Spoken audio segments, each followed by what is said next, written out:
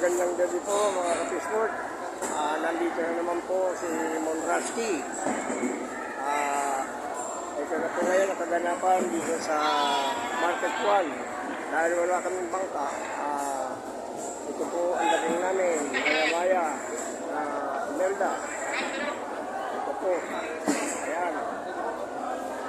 Marami po maya-maya ngayon, mabili. Kasi kukunti ang isda dito sa fishport, sa Nabotas. Ayan po, ang tao, wala pong makakuha ang isda, napakalinis po ngayon dito. Ayan po, ayun, ang dating. Kukunti lang po ang lumarting na isdang alat. Ito naman po yung daungan ng mga bangka, wala pa rin po tayong dating na bangka ngayon dito. Ayan po ang kaganapan, mga tao, mga naglalakad na lang dito dahil walang makakakyaw ng isda, pabalik-balik na lang po sila. Hanggang dito na lang po,